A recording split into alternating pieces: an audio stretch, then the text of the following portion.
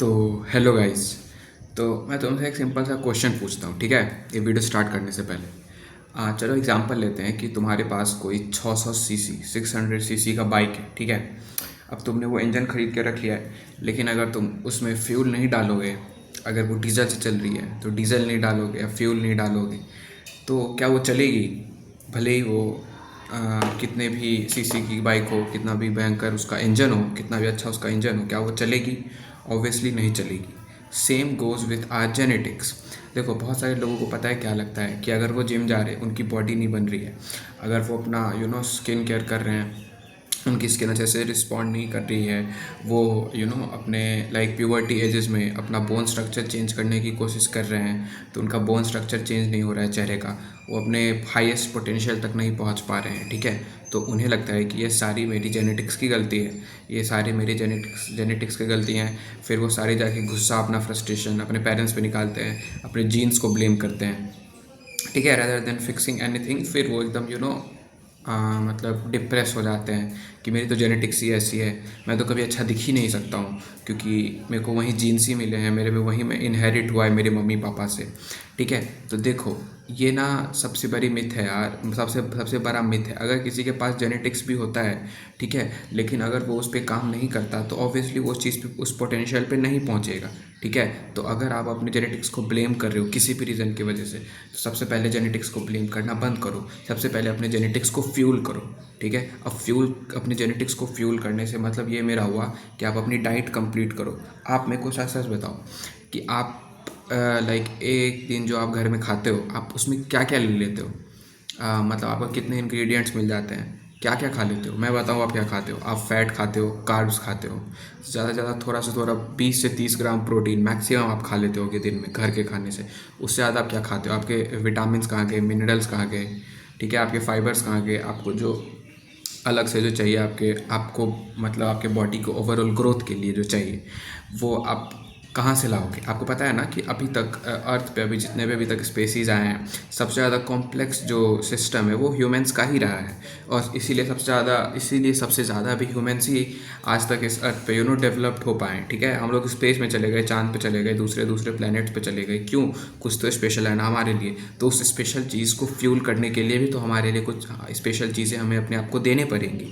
आपको भी पता होगा ना कि एक नॉर्मल एंड्रॉयड फ़ोन और एक आईफोन में क्या फ़र्क होता है, किस चीज़ का वो महंगा है? ऑब्वियसली उसमें बहुत ज़्यादा स्पेशलिटीज़ होंगे, इसीलिए ना वो महंगा है। और आप देखोगे भी कि मतलब एंड्रॉयड के कंपैरिजन में आईफोन को अगर आप लेके आओगे, तो आईफोन में जितने भी आप जो फाइल डाउनलोड करोगे, अगर 500 MB का है, तो आईफोन में वो 600-700 का होगा। क्यों? क्योंकि उसके सॉफ्टवेयर्स वैसे हैं, वो ज़्यादा डिमांड करता है, ठीक है? उसका रिजोल्यूशन बहुत अच्छा होता है, तभी तो उसको ज़्यादा MB चाहिए ना, तभी उसको ज़्यादा बाइट्स चाहिए, समझ रहे हो? तो आपकी भी बॉडी अगर वैसी है, समझ रहे हो, इतनी ज़्यादा हाई हाई फंक्शन करने वाली है, अगर आप अपने आप को डाइट ही नहीं दोगे ठीक से, तो आप कहाँ से ग्रो करोगे? समझ रहे हो? तो आप कुछ भी काम कर लो, कहाँ से करोगे?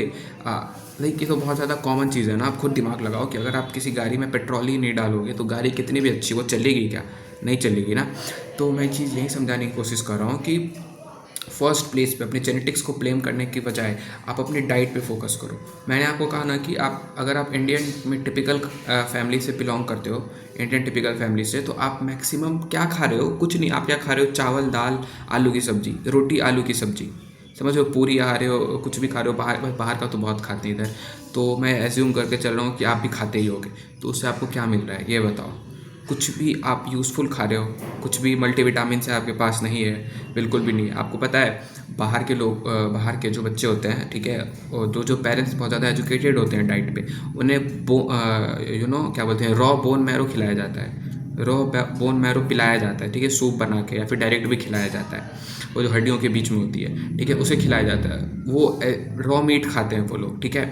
और आप जितने भी अच्छे अच्छे बॉडी बिल्डर या फिर जो भी अपने एथलीट हैं, जो नॉनवेज खाते हैं, जो नॉन वेजिटेरियन है, आप उनसे पूछो, वो आपको बताएंगे कि रॉ चीज़ें खाना चाहिए। रॉ जितना आप खाओगे ना, रॉ एंड रियल फूड, जो भी एनिमल्स ऑब्टेन्ड फूड होते हैं, ठीक है, डेयरी प्रोडक्ट्स हो गया, मीट हो गया, अगर आप खाते हो तो वो सब खाओ। वो क्या बोलते हैं उसको, जितने आप रॉ प्रोडक्ट्स खाओगे, रॉ मीट खाओगे, ठीक है, उतना ज़्यादा आपके बॉडी को वो सारी चीज़ें मिलेंगी। अभी भी तो आप देख रहे हो ना कि अभी के टाइम पे मैक्सिमम एज कितनी हो जाती है कि 60 साल, 70 साल मैक्सिमम, फिर बेड पे पड़ जाते हैं, 5 साल में ज़िंदगी ख़त्म। 75 मतलब 75 तक वो बना सकते हैं, उससे ज़्यादा नहीं।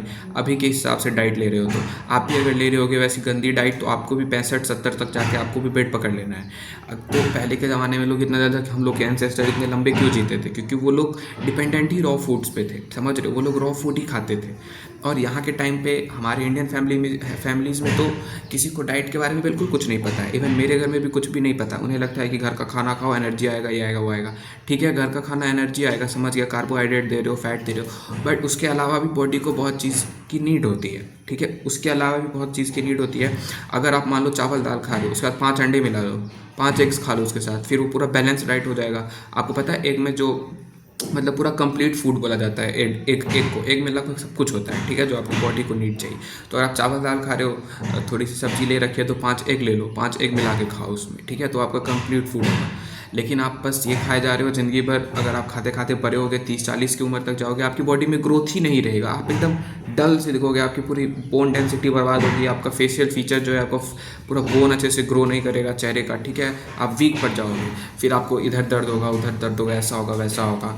तो मैं सिंपल से ये कहना चाह रहा हूँ, मेरा मोटो ये है ये वीडियो बनाने का, कि आप थोड़ा सा एजुकेटेड हो इस चीज़ को लेके। ठीक है, डाइट वाले चीज़ को थोड़ा सा सीरियस लो, थोड़ा सा लोगों को बताओ कि नहीं, ऐसा नहीं है, गलत है। ऐसे आप चाहते हो कि घर में दबा के खाऊंगा, चावल दाल खा लूँगा तो बॉडी बन जाए, नहीं। ये आपको शॉर्ट टर्म के लिए भले ही एनर्जी दे दे, वो दे दे, बट लॉन्ग टर्म में देखोगे तो आपकी बॉडी में कुछ भी नहीं पहुंच रहा है। ठीक है, आप अपनी बॉडी को फ्यूल ही नहीं कर रहे हो।